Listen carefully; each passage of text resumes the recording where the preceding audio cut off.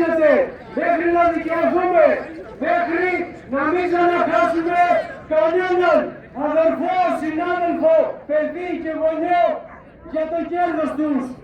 Από αύριο κιόλας σε κάθε χώρο δουλειά, μέσα στα σχολεία, μέσα στα αμφιθέατρα, παντού, συνεχίζουμε να δυναμώνουμε τον αγώνα.